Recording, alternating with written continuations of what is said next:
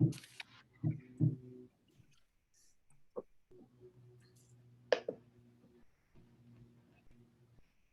morning, everyone. We have some people still trickling in, but I wanted to visit about a few housekeeping items before I hand things over to Mitch. If you would kindly go ahead and mute yourself so we don't have any background noise. I feel like I've gone through and tried to mute everyone, but if you'll double check that for me, I would so appreciate that. A friendly reminder, as a client of NCW and Sanford and Tatum, your organization has complimentary guidance to Mitch and Ironwood's team. And so if you haven't already, please submit that agreement, and I'll send that paperwork in a follow-up email after this is completed and I send out the recording. But I always say it's better to get that paperwork in place prior to a crisis, because nothing's more stressful than trying to work through a crisis and get all the paperwork in place and our ducks in a row to get guidance from them. But I highly recommend you take advantage of that. Again, it's completely complimentary.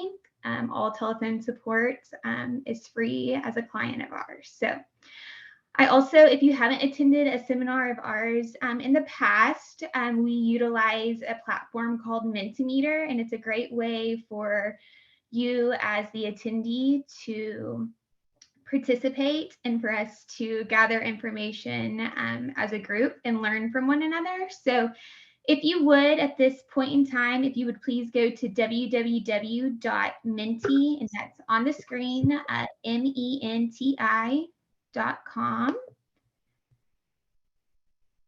and you'll be asked to enter our code for this presentation.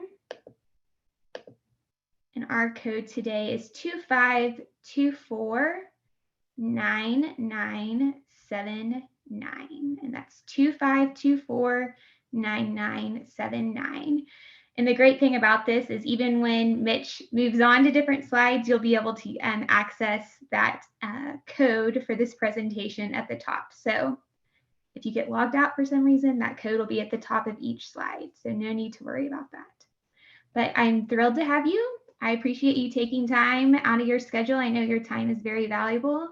And I know Mitch has lots of informative information to share with us today on coaching and performance management. I feel like this is a topic that all organizations can benefit from, and he has great expertise to share with us. So welcome, Mitch, and I'm going to hand things over to you. Thanks, Elizabeth. So, like you mentioned, my name is Mitch. I'm an HR coordinator over at Ironwood Business Consulting, and today we're going to be covering coaching and performance management. If you're still working on getting set up on Mentimeter, the instructions are here. If you're signing in on your phone, you can also just scan that QR code over on the right-hand side. But today we're going to be covering a couple different topics. So things like expectation setting and communicating overall goals. What is performance management and why does it matter? The difference between disciplinary actions and performance improvement plans and when they'd be applicable. Handling difficult conversations. Assessing performance and potential, and developing your employees. Performance management doesn't just apply to your low performers, but it can also be used to develop your top talent. So to make sure everything's working in Mentimeter, we have a question up here. So will you be attending Clear Up the Chaos on March 14th? So that's next Tuesday, I believe. If you're not familiar with it, it's a monthly seminar put on by NCW and Sanford and Tatum.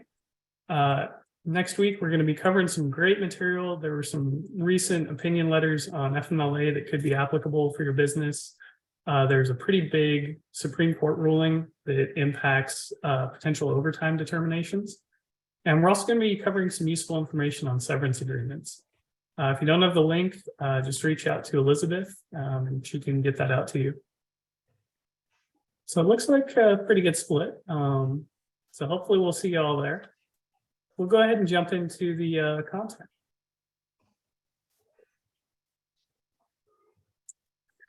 So expectations and overall goals. At the end of the day, why are we here and do the employees know? you want to communicate the expectations and overall goals for your company, because it's very difficult to try and enforce expectations if people don't know what's expected of them. So when you're going through and setting those expectations, you should be communicating them through your policy handbooks, your onboarding process, your training, to make sure that your employees know, hey, this is what you need to be doing. These are the guidelines for it. If you're going through and trying to enforce a policy and the employee doesn't know about it, it's going to be harder for that to stand if you ever have to defend that disciplinary action that's taken. So when you start developing that, get your policies documented, put them in a place where it's available. Like we mentioned, handbook's a huge resource for that. So pivoting over into performance management, why does it matter? Well, effective performance management will allow you to intervene in situations where you're dealing with low performers and hopefully try to get them turned around and improved. But it can also be used to help develop your high performers. Up here, I've got a couple examples of them, anything from informal coaching to really structured performance plans, disciplinary actions, developmental programs. So all feed into those expectations that you've set and really help to establish and reinforce them. So low performers, I'm sure we can all think of a couple examples of the impact. When I was preparing for this, I was digging around. Hiring a new employee can cost anywhere from $3,000 to $5,000 or more. Plus, it's going to take anywhere from 3 months to a year for them to get up to speed. So hanging on to that low performer can be costly, but the cost of replacing them can be just as expensive. Sure, you've seen it where you have a low performer, they start struggling, your high performers start picking up the slack. Suddenly, everybody's grumpy because they have to do more work to try and make up for that low performer. Plus, they can create additional risk if they're not following policies, possibly breaking things like safety policies where it can create a potential business impact. That said, your low performers aren't necessarily unsalvageable. They can be turned around, provided you have that strong communication with them to understand why there's an issue and understand why they're not following and meeting those expectations. That'll allow you to intervene in those situations and address those issues. So, differentiating between behavioral and performance aspects in the workplace. The reason that I split these out into the two, and there's always going to be some crossover, but it'll help with understanding the situations where a disciplinary action is more applicable versus a performance plan. So your behavioral issues tend to be more related to the employee's conduct. So if they're violating the policy, if they're not meeting expectations, if they're not following the guidelines that you've set in place, typically there's kind of a behavioral aspect of it. Those are typically quicker to address through disciplinary actions because you can say, hey, stop doing that. This is what you need to be doing and address it quickly. Performance issues tend to be a little more nuanced. They're going to be tied to an actual performance metric. So things like, hey, you're not meeting your deadlines, your work quality isn't there. These are situations where they may not have the skills needed to perform at that level. So to develop those skills is going to take a little bit longer. So when should you use a performance plan or a disciplinary action? So like I covered, disciplinary actions are more for misconduct. So behavioral issues that aren't necessarily tied to performance. Your performance plans, they tend to be more of a lack of productivity or other substandard performance that isn't necessarily a violation of policy. It's just they're not doing their job effective enough. Keep in mind, there's always going to be some crossover between the two. For example, if an employee is refusing to do their job, yeah, that's a performance issue if they're not meeting those metrics. But if they're just outright refusing, it's more of a disciplinary issue where it's, hey, you're not doing your job, you're refusing to do it. Potentially it's insubordination, you can issue disciplinary for it. Whereas if you have somebody who behaviorally, they're getting kind of snippy with a client, maybe they just don't have those communication skills. So that would be something you can coach and develop through a performance plan to really instill that skill set in an employee who's otherwise lacking. So I've got kind of a mock scenario here. We've got Jane. She's been struggling with meeting deadlines, and we've been working with her, verbally coaching her. She just hasn't been able to perform at a satisfactory level. What do you think you should do? I'll give you a minute or two to answer it.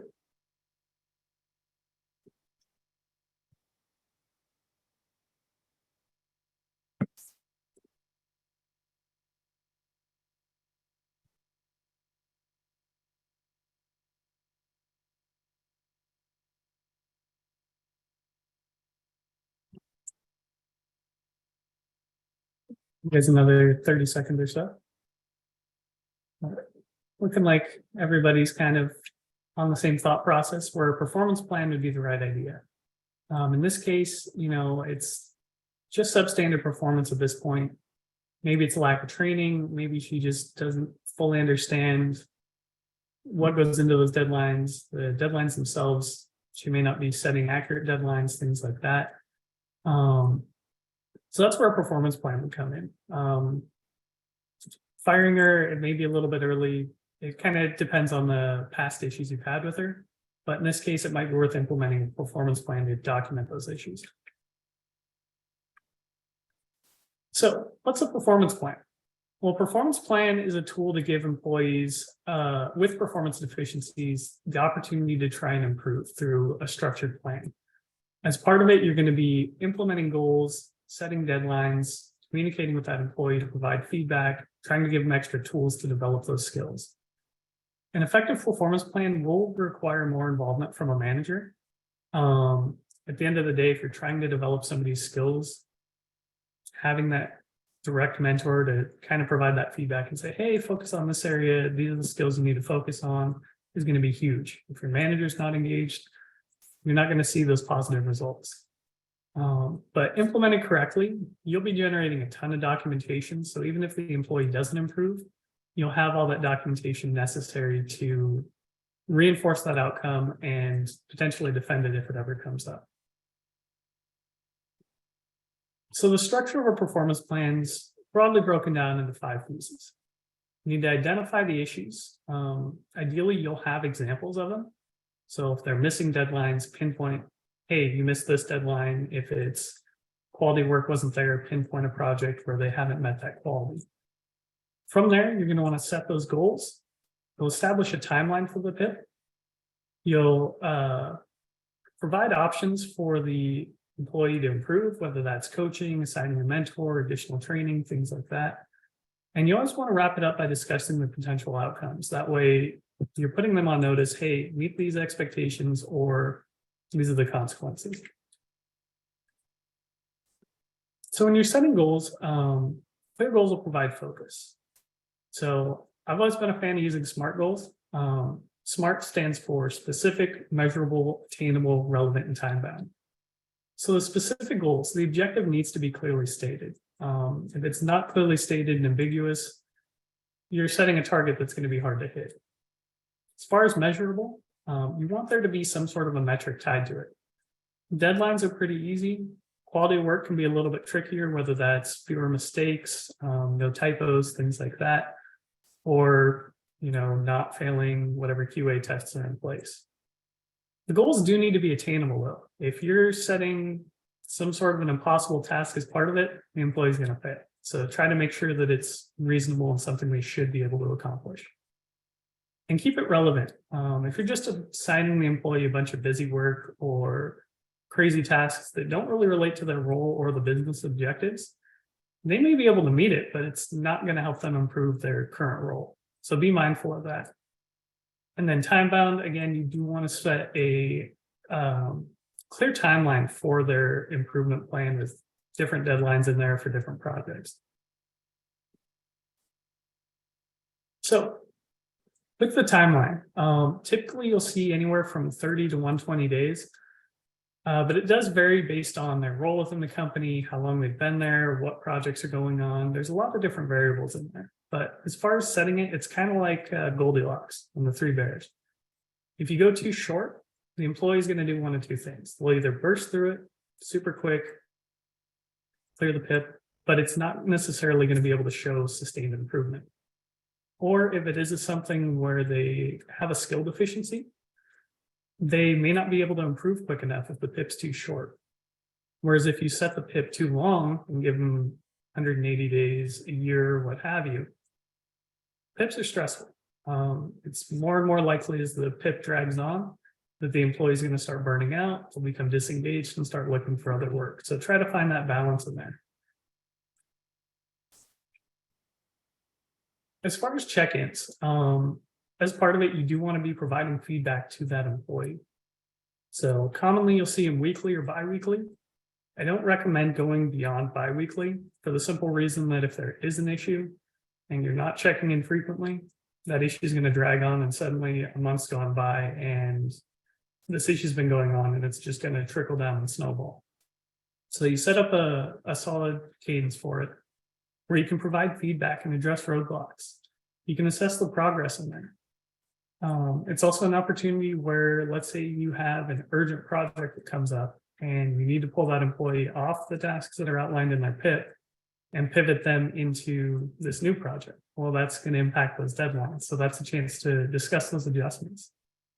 And then I always recommend documenting that meeting. Like I said, you're going to be generating a ton of documentation. A trick that I always recommended was start an email thread. At the end of the meeting, email the notes from the meeting to the employee. The next week, you just reply to that same email, and at the end of it, you'll have a clean email thread with all the feedback you gave them through the duration of the PIP. So training, coaching, and mentoring. At the end of the day, if it is a skill deficiency, if you're not implementing any sort of a catalyst for improvement and additional opportunities for them to develop their skills, how are they going to improve? So try to identify things like additional training, signing them a mentor, direct coaching, things like that, where if the employee's struggling in an area, get them the help that they need so that they will be able to succeed. But make sure that those trainings are relevant to their role.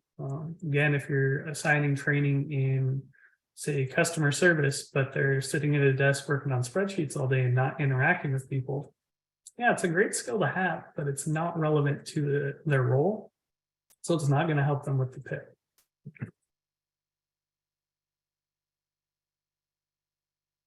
So up here, I've got a sample of a PIP. So during the intro, during the past 3 months, you're measuring, hey, I've been looking at this performance for a while. It's become increasingly evident that they haven't been performing their assigned duties in their position as a production lead. They've been counseled on 12/15, January 3rd, February 1st. They still haven't shown that significant improvement. So you're already outlining, hey, we've been looking at it for a while. We've tried other measures. Nothing's worked. So that's why we're implementing this. And then the company values you as an employee and is committed with working with you to address these issues and help you improve. So over the next 90 days, they'll be under a performance plan. So you're establishing that timeline, but you're also demonstrating that you're committed to helping that employee to really grow and develop themselves.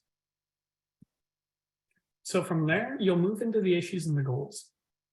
So in this case, they must demonstrate immediate and sustained improvement in the following areas.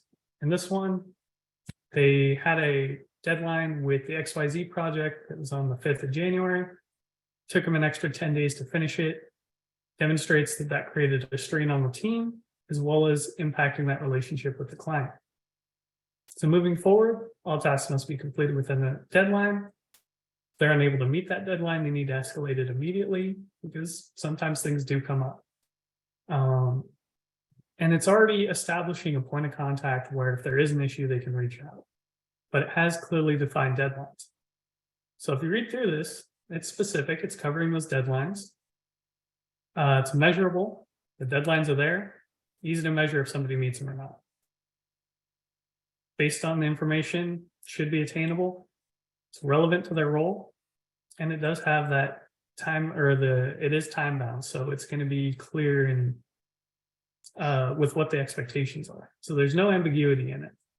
If there's multiple issues going on, something similar for sustained or substandard performance, lack of quality, lack of quantity, things like that, use a similar structure for it. And you can outline multiple bullet points in the PIP for different issues. From there, you'll pivot into your conclusion. So as their manager, they're committed to helping them improve we're setting a cadence for meetings. So in this case, it's weekly. We're meeting Tuesday mornings to review their progress towards the problem areas and address any concerns that may arise, as well as any roadblocks. So if things come up, you have that weekly cadence. You can intervene early, address it early in the week so that they have an entire week to work on the project. It also outlines the consequences, though. So if the objective isn't completed during that specified time frame, disciplinary action could result up to and including termination. It also outlines that even if the PIP is lifted and that performance dips back down, they're still on notice that if their performance doesn't stay improved, there could be potential separation without an additional warning. So the reason you outline that in there, let's say, unfortunately, the employee decides to dip back down, their performance struggles, they file for unemployment, you can potentially defend it by stating, hey, they were on notice, they were aware that further issues could potentially result in their termination. So you're laying that groundwork there. But as you're running through that PIP, let's say we ran through all 90 days, we finished it up, we've got all our notes from all of the weekly meetings. There's questions to look at. So did the employee complete their goals within those specific time periods? Were there any other factors that could have influenced it? Were there any mitigating factors, or did they accomplish a bunch of other work and that's why they didn't necessarily meet their deadlines? Do you feel that the employee is performing at a satisfactory level now? And does the documentation support your conclusion? At the end of the day, when you're looking at those questions, it should be pretty clear what your outcome is going to be. So if the employee didn't improve or they failed to meet the objectives, termination is probably the way to go. You gave them that chance, you gave them all the additional resources, but they just weren't the right fit. Successful completion. So they nailed the PIP, they did an awesome job on all their assigned roles. They're performing at a satisfactory level. Cool, you have a great employee now, so they're lifting the PIP.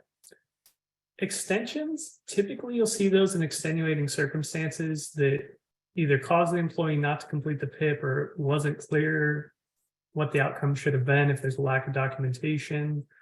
But you want to be careful with extending a PIP too long because, again, it can destroy the employee's motivation.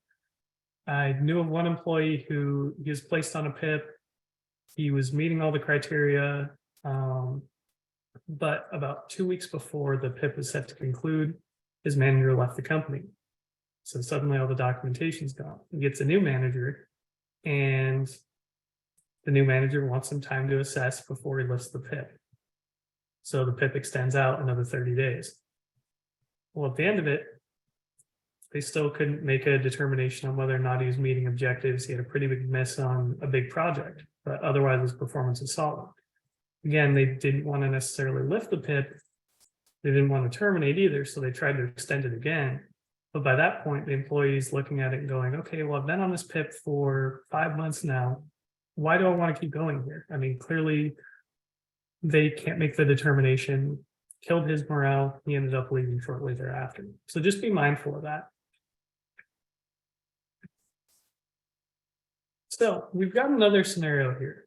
John was observed not wearing his PPE and supervisor comes over, says, hey, you need to be wearing your hard hat and safety glasses. The employee becomes argumentative with the supervisor. So what do you think should be done in this situation? Fire him, write him up, look at a performance plan, or keep verbally coaching him until something sticks? Give you guys a minute or two.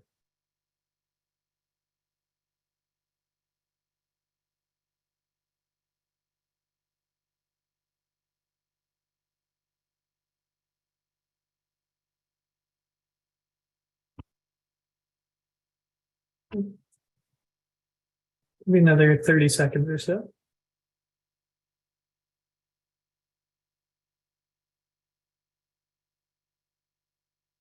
All right. So it looks like we've got a pretty clear consensus here.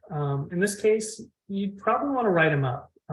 This looks like it's probably more behavioral. He's not following a policy that he should be.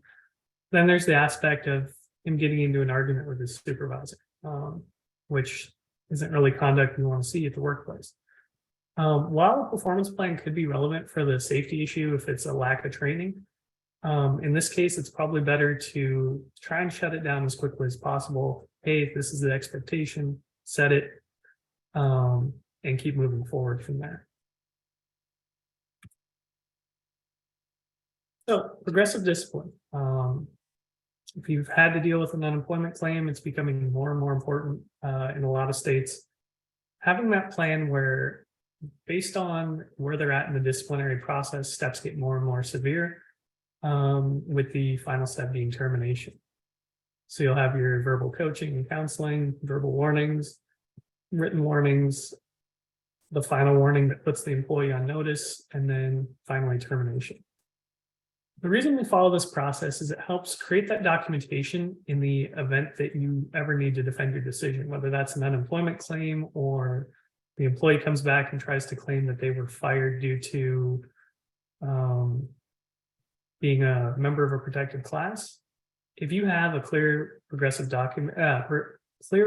discipline process and all the documentation is done, it'll be easy to go back and say, oh no, like there were issues. They received their verbal, they received their written warnings, they received their final, another incident occurred. That's why we separated. You can't skip steps based on the severity of the incident. So if it's somebody forgot to sign their timesheet once, yeah, you can probably start with a verbal warning. If it's something like harassment or discrimination or some of your big ticket ones, threats of workplace violence, you can jump straight to final warning, termination, things like that. But the biggest factor in it, you always want to be consistent. So it's always a good idea. When I was in the thick of doing employee relations, I was always looking back at, okay, what did I do in this situation? That way I could make sure that the past precedence was always there to support future decisions. So your verbal warning. Typically, it's a less formal coaching opportunity to discuss the policy violation. It's the first step. And you're mostly just trying to say, hey, we noticed this issue. We want to address it before it becomes a bigger one. Make sure you're following this policy. Make sure you're meeting these objectives and expectations. Take the time to really make sure that the employee understands what those expectations are. Maybe they didn't fully read their handbook and didn't understand the importance of wearing their PPE. They didn't read the site instructions that say you have to wear your hard hat and safety glasses while at this client location, things like that. But like I said, it's a chance to course correct early before things escalate or something bad happens. But you always want to document that conversation. Something as simple as, hey, as we discussed, make sure you're wearing your safety glasses moving forward, email it to the employee, boom, you got a paper trail and your verbal documented. So your written warnings are more formal. Typically, these are going to have, each company has their own form. I'll have a sample one later, but typically they'll follow your verbal warning that didn't work or there's additional issues that are coming up.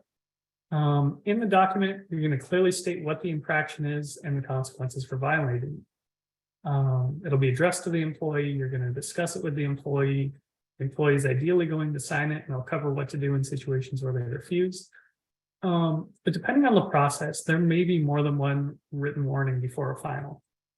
At a previous company, we had verbal, written first, written second, and then the written final, and then we could terminate. And then your written final is that formal document that's going to put the employee on notice that any further policy violations can result in termination. Down here in Texas, Texas Workforce Commission does try to really key in on, hey, was a final warning issued? Was the employee on notice that they could be terminated with further issues? So with any sort of unemployment claim, it's always a good idea to make sure you have that written final in there. So as far as documentation best practices, you always want to include the step of the disciplinary action. So if it's the verbal, if it's the written first, final, have that somewhere on your form. Include the policy that was violated. Sometimes you have little check boxes where you can check the specific or your more common violations. I was personally more a fan of cite your handbook, cite the page in the policy. That way the employee can then go back, go, okay, it was page 25 for the dress code violation. They can read the dress code, get an understanding of, hey, this is where I went wrong. You want to summarize the incident that led to the disciplinary action. When you're doing that, keep focused on the actual incident itself. I don't recommend including witness statements, identities, things like that. Really just key in on, hey, this is the behavior that was observed. This is what happened. This is the policy that was violated. You're going to want to outline what actions will need to be taken to correct the issue, the timeline to do so, and future consequences. So I would typically say, hey, if you were arguing with a supervisor, everybody needs to be treated respectful. You're setting that standard. This behavior needs to be corrected immediately, or further corrective action up to and including termination will follow. So you're letting them know this is what needs to be done. This is what happens if you don't. And then you want to have ideally the manager or supervisor that's having the conversation sign the document, as well as the employee stating that they've had that discussion and that they've read and understand why they were written up. If they refuse, what I typically recommend is have a witness come in, another manager, have them confirm, hey, you're refusing to sign the disciplinary. Witness will sign it and write refuse to sign. That way you have two people that can come back and say, this conversation happened, this disciplinary was issued. That way, if you ever have to defend it, you have potentially two witnesses instead of a he said, she said situation. But above all, you want to be consistent and fair. If you're writing up an employee for 3 tardies or 3 absences, you don't want them to be able to turn around and go, oh, well, Joe over here, he's been late every day this month and hasn't been written up once. So always be consistent and fair. So as far as the actual meeting, provide clear guidance and expectations. Try to be empathetic to the employee. If it's something where they're showing up late frequently, ask them what's going on. Maybe the schedule's not the right fit. Maybe they are having trouble sleeping at night. Maybe there's other factors going into it. But be open to that feedback that they can provide you, because it can help give you an idea of how to proceed. I had one where an employee, he was tardy probably 20 days out of a month. So I sat down with him. I was on his written final and said, hey, what's going on? Been having a lot of issues making it to work. Talk to me. In his case, he had to take care of some family stuff at his house, wasn't able to get as much sleep as he'd like, and the early morning just wasn't working for him. So what I was able to do was work with him and go, okay, well, we can reassign you to swing shift. So it's later in the day. You're not going to have to wake up as early. He was open to it. We got him reassigned and the issue stopped. So had I not had that conversation with him, the likely outcome would have been he continues to be late because he's struggling with waking up in the morning. He's going to get terminated. We lose a potential employee. With that, you do want to be mindful of how you communicate. Things like your body language can be huge. So if you're sitting there, the employee's explaining something to you and you're rolling your eyes, or you start diving into personal attacks, calling him an idiot, the employee's not going to be receptive to anything you have to say. So be engaged, pay attention to them, take that time to listen, and try to be empathetic. So up here is a sample disciplinary action form. Like I said, different companies have different variations, but there's a couple sections of it. I apologize that it's really small, but I wanted to try and fit it on one page. But up at the top, you have the employee information. So the employee's name, the location they're working at, their title. Key factor on that's the date of the incident and the date of issuance. So one of the things that you could have to defend is the time between when the issue occurs and when it's addressed. So if you have that clearly documented on there, let's say the incident happened on the 7th and the meeting is on the 10th, nice tight window, easy to defend. If it happened back in November of 2022 and it's being issued on the 10th of March, it'd be a little bit harder because people are going to come back and say, okay, well, why do you drag it out so long? It's got the step of the disciplinary action in here. It's got the common policy violations as well as a line where you can include the specific handbook section. It's got a space for the summary, We've got the space for the corrective actions, space for the employee to leave comments if they have any feedback or they want to dispute things. As well as a section for acknowledging that receipt. You'll notice that, and it is kind of small, but it says by signing, I'm acknowledging the above disciplinary notice has been discussed with me, that I understand the warning and plan for improvement. I understand that my signature is not an admission of guilt. I understand that failure to correct the above behavior may result in further corrective action up to and including termination. So in this case, by signing it, they're just stating this has been discussed with me. I understand that I need to follow these policies moving forward. It's not an admission of guilt to have them sign it. I always try to reassure employees of that. So I kind of mocked up a summary and a corrective action to be taken over here on the right. So on the 7th, it was reported that John Smith, tying back to that scenario we talked about earlier, it was reported that he was observed violating the safety policy by not wearing his required PPE. So in this case, his safety glasses and hard hat. When he was approached by his supervisor, he got argumentative, started swearing at him. Again, you want to make sure that your disciplinary actions are substantiated. In this case, you can say there were multiple witnesses, things like that. But John Smith understands that he has to follow all safety procedures. So you're setting that standard there. And that all coworkers, clients, and customers are to be treated with respect. So becoming argumentative, swearing at them, not tolerated. The behavior must be corrected immediately or further corrective action up to including termination will follow. So you're setting that clear standard, clear expectations. Hopefully that will address the issue quickly and it won't drag on. So whether you're handling a performance improvement plan or a disciplinary action, people don't enjoy those conversations. The recipient of the disciplinary action is probably going to be having a bad day. So there's a couple of do's and don'ts to keep in mind. Step one, listen. That's probably the greatest skill that you can have in a meeting like this. Take the time to be receptive to what they're saying, be empathetic, work with them to figure out, okay, what's going on? What's the reason for this? Is it you didn't understand the policy? Is there something else influencing it? That way you can really try to come up with a plan to make sure it doesn't happen again. You're going to want to be clear of the objective of the meeting and keep focused on it.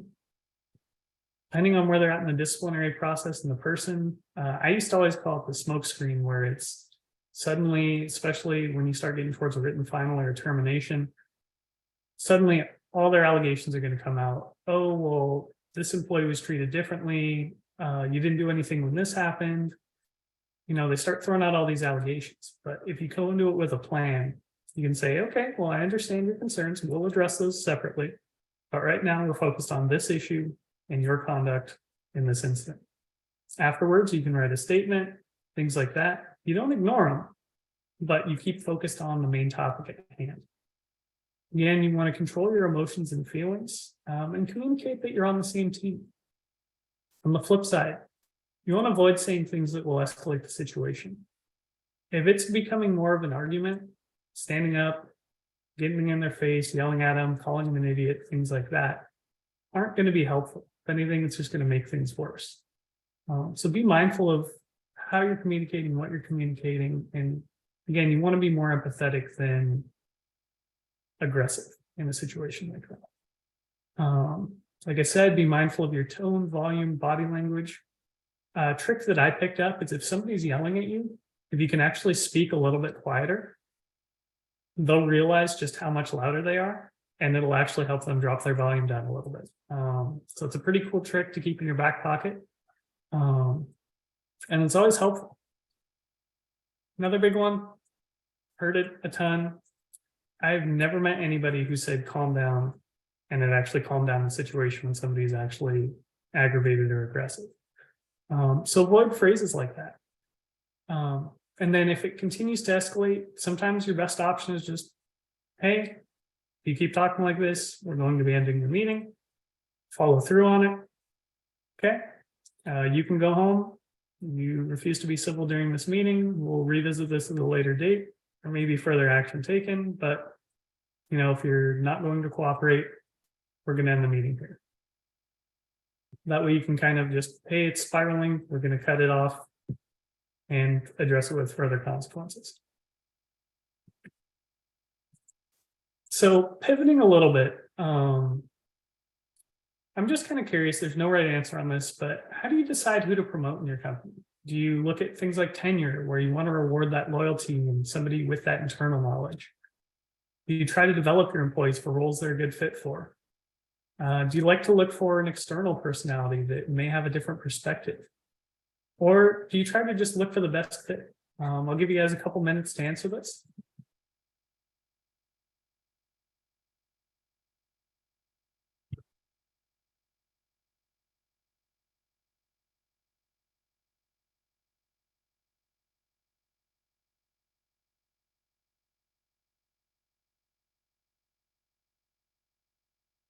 I'll give you another 30 seconds or so, give or take.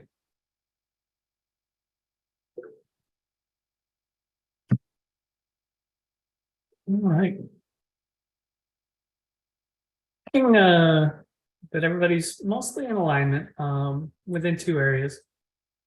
So what I'm going to be covering next is kind of how to identify your top performers and how to work with them and develop it. There's nothing wrong with taking the right fit at any given time. If you have somebody who is already a rock star and is going to be great for that role, perfect.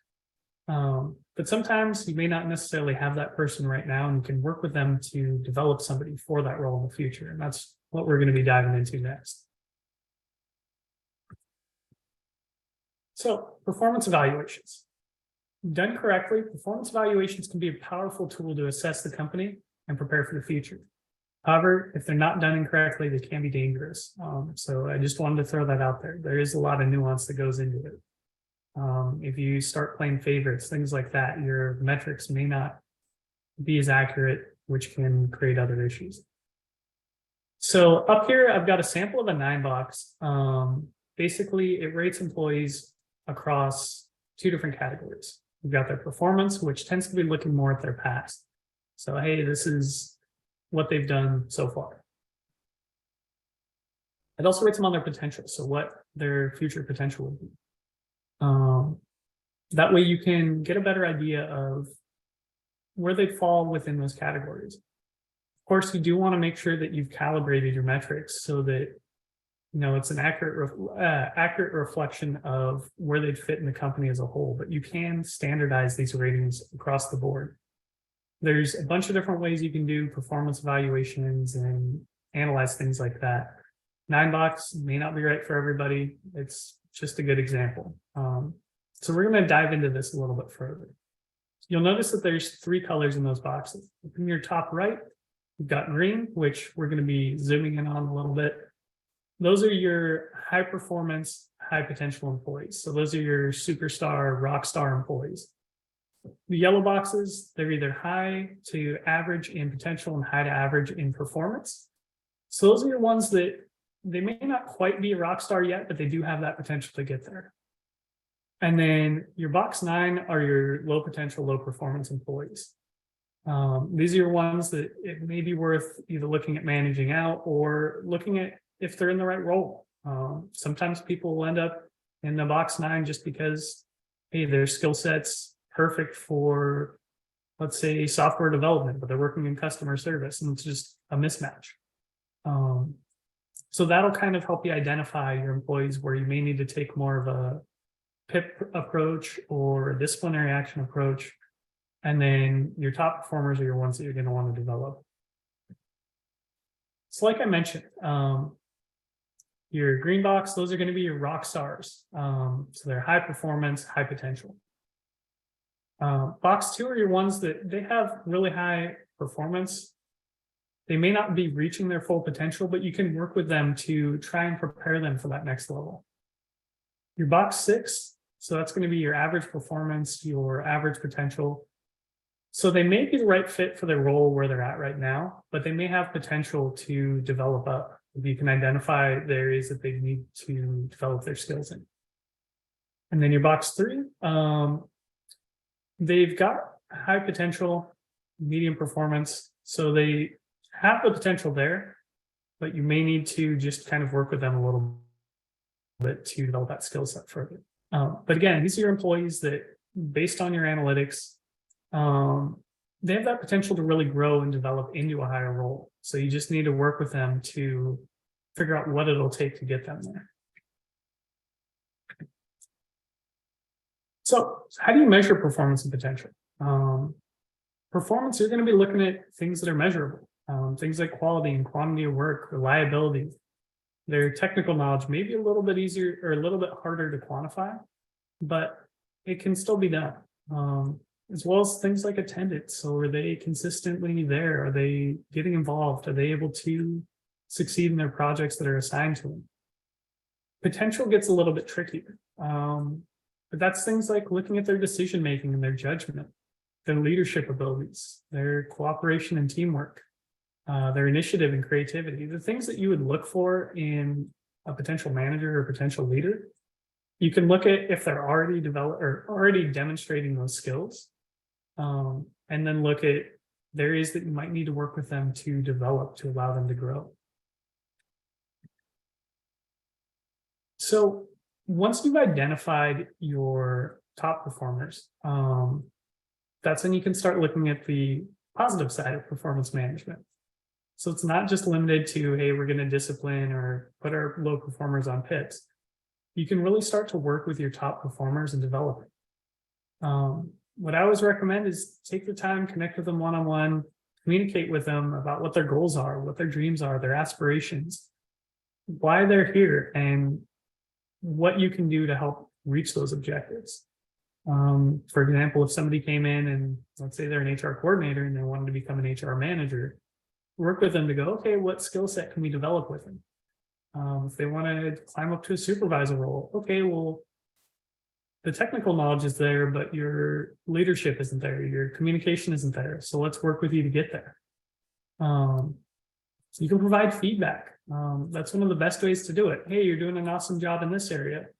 Hey, you might have wanted to approach this a little bit differently, things like that. Try to provide them with mentoring, coaching, additional training so that if they've identified where they want to be, try to enable them and provide them with those resources so they can get there. Tying back to that question on how do you promote, figure out, okay, well, if this is a role that I might need down the road and this employee is interested in it, how do I get that employee to be that best fit when the time comes? Development does begin from the top down though. If your high up leadership team is engaged, wanting to promote a culture of growth, they'll start developing their managers. If they develop that culture in their managers, it's going to trickle down and they're going to be developing everybody. And suddenly, from the top down, you've got an entire team that's focused on development, growth, and really driving everything forward. That said, you do want to be mindful of, but you do want to be mindful of employee time. Assigning things like stretch goals are great. Additional training, it's great. Having extra webinars for them to attend or additional coaching sessions outside of work are great. But we all have the same 24 hours in a day. The employee's already clocking 12 to 14-hour days, and you start adding additional projects and training and things like that. The employee's not going to take it. They do still want to have some work-life balance. So try to be mindful of that. So in summary, with your low performers, one of the biggest things you're going to want to do is build that strong foundation by setting clear expectations. Things like your handbook, your initial onboarding, your initial training are going to be huge for really establishing that foundation of strong expectations and objectives for that employee so they understand their role, not just as it pertains to their work, but their role within the company and what the objectives of the company are so that they can start working towards and meeting them. As far as your expectations, you want to be fair and consistent with enforcing them. Again, don't start, okay, we're just going to discipline this employee because I don't like him, and then this one's going to get a free pass on this. This one, they can have a couple free passes, and then we're going to manage this person out arbitrarily. Be consistent. That's probably the biggest thing. Be consistent and document it. That said, if you have a low performer, don't write them off. Prime example, one of my first cases within employee relations. I had a coworker who he came in at a bad time. He inherited a pretty big project within the company from somebody that wasn't doing their work. Well, he wasn't really trained on it either. So he's already behind, wasn't trained on a process. Needless to say, he started struggling pretty quickly, pretty badly. However, what happened was we looked at it, we started training him. We realized the deficiency and said, hey, this is an issue. What do you need to get there? So we got him some additional training. We started kind of having more of a mentorship relationship with him, so that we took an issue where, okay, he's way behind. How do we fix this? We started working with him to fix it. We started looking at his processes, working with him to find a process that worked and was more efficient. That way we could build him up to where by the time I left the company, he was groomed to be my replacement. He'd completely turned it around. But if you'd looked at just that first impression of him, you would have thought, oh, he's a terrible employee. Like, he can't do his job. But there were additional factors that went into that weren't all in his control. With that, you want to use the right tool for the job, whether it's using a disciplinary action to address a policy violation or a behavioral issue, or it's a performance deficiency and you're using a PIP to kind of turn things around. Try to make sure that you're calibrating the right tool for the right approach for the right situation, and you'll see a lot better results. As far as your high performers, don't be afraid to develop them internally. I'm sure every company has at least a couple great employees that on your initial review, they may not be your rock star, but they can be developed into one. Take the time to get to know them, take the time to strategize and develop those top performers, identify your candidates that could be a top performer and really work with them. Start coaching, start mentoring, start providing them with opportunities where they can stretch their skill set and develop into that person that you'll need when a higher up position opens up. And really work with them to develop and grow your team. Not only is that going to improve their actual engagement with the company, but it's going to improve your retention. Plus, down the road, you're not going to be hit with that brain drain where your long-term employee leaves and you don't have anybody groomed in to take over for them. You'll be able to keep that internal knowledge intact because that'll be constantly getting passed down through different roles and generations. So that brings us to the end of our presentation. Does anybody have any questions?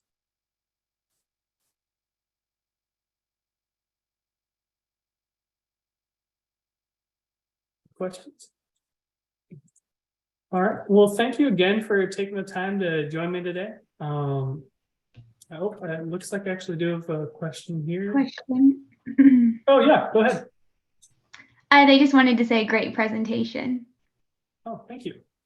And feel free if you don't want to voice your question, you can always just type it as well in the group chat and we can see the question posted there as well. I will be sending this recording link out this week for you to share internally with your team should you wish for anyone on your leadership team to watch that was unable to attend today.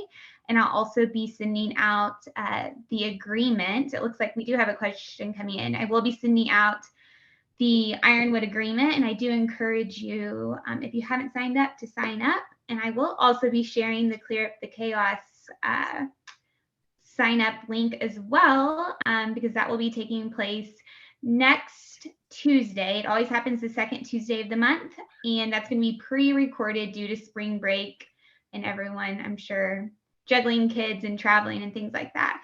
The question that has come in is, how do you educate employees that write-ups and coaching aren't bad things? I think the biggest thing is if you go into the meeting with a punitive mindset where, okay, you're in trouble, here's the write-up, slap you on the wrist, you're suspended, things like that. They're not going to be receptive to it. It's going to come across as punitive and they're going to see it as bad. Whereas if you go into it with the mindset of, hey, we noticed this issue, we need to address it, but what can I do to help you in this situation? perfect example. I had an employee who they were in an altercation with another employee. I had to remove him from the account. So I sat down with them. It was a negative situation. They'd been on this account a long time. They were trying to develop into a supervisor there. They were crushed. But I went into it with a mindset of, hey, I know this is a bad moment, but you have two options here. You can either take this as a negative, where, okay, you're in trouble, look at it that way. Or you can look at it as, hey, this is an opportunity to correct this issue. We're going to move you to a different location and try to put you in a position where you can succeed somewhere else. At the time that I left, they were kind of entry-level position, or at the time of the incident, they were an entry-level employee. By the time they left, they had actually been promoted up into a management role because they really took that opportunity of, okay, I got in trouble, I addressed the issue, now how do I move forward from it? And they jumped on it and ran with it. So just having that mindset of, okay, it's not punitive, it's an opportunity to correct. I've always been a fan of calling them corrective actions instead of disciplinary, but for the sake of the presentation, disciplinary was a little bit easier to communicate. Okay, we've also, Mitch, received, will you be sharing some of the forms that you referenced in your presentation, specifically the write-up form? I'll circle with the team and see if I can send out something. Okay. And then another question, this may be a totally different presentation, but how do you go about retaining employees? How do you keep an employee engaged, especially with everyone job hopping these days? It comes down to a couple factors. Find out what motivates the employee. If it's strictly financial, they may be more likely to jump to a company that's paying more competitively. So if you don't have a competitive salary, that could be a potential issue. But for me personally, I tend to look more for company culture. So if you have an awesome culture, shout out to Ironwood. I love the culture here. But if you look at factors like that and what motivates an employee, you can then look at that and go, okay, well, are there issues with it? Things like surveys. Anonymous surveys are a great resource to get that information of what the employee is thinking in a manner where they'll be more open to share. If you're putting an employee on the spot, they may not be as open to talk to you about it. Okay, another question has come through. When in a disciplinary action meeting, if an employee gets defensive and starts deflecting, is it best to postpone the discussion to a time when they're less defensive, or do you suggest pushing through? It can depend on the situation. Typically, I'd recommend pushing through. Since by the time you've gotten to that disciplinary meeting, you've already done your investigation, you're able to defend why that disciplinary action is issued. If it's defensiveness during the investigation piece, it's a little bit trickier. But as far as the disciplinary action, you've already made the decision. You're just informing them of the outcome. So in that case, it's okay, well, you can get defensive. I understand that this is a rough conversation, but that doesn't change the outcome here. You did this, these are the consequences. And kind of frame it from that standpoint. And that'll help cut down on a little bit of the defensiveness because they won't really have anything to argue against, provided everything's substantiated. And then another question we've received, this is a Sanford and Tatum client, looks like, does anyone know of a business in Lubbock that has an inviting work culture? I would like to check some out and see what works and what didn't. So I'll leave that open-ended if anyone else on this call knows of super strong work cultures that are inviting. And I think Mitch can speak to this as well. Cultures I know take time in building. It's not something that unfortunately is just really quick. It takes time to evolve that and build that within a team. So definitely takes time. But I mean, if you have that clear vision from the top, and I kind of touched on it a little bit with the performance management piece, or the, sorry, employee development piece. But it really comes from the top down. If you have leaders that are willing to create that positive culture with that clear vision, it'll trickle down to the managers, and then your managers are going to be pushing that forward, and they're going to be the stewards of those company values. And then it's going to carry on down, and then suddenly you've got a team of everybody who's buying into that culture. But at the end of the day, the biggest factor in that's going to be communication. Because if you're not taking the time to communicate those values and communicate with your employees, they're not going to be as engaged with it, and they're not going to be as willing to buy into it. So yeah, it can take a while, but communication is kind of the big first step in it.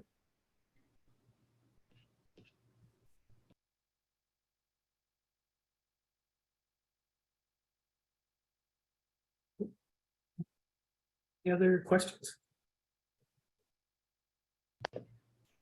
And feel free, I know I've attended things like this before and questions have come to me after the fact. So feel free, if something comes to you later in the day or later in the week that you would like guidance on, feel free to reach out to myself and I can put you in contact with Mitch to further the conversation.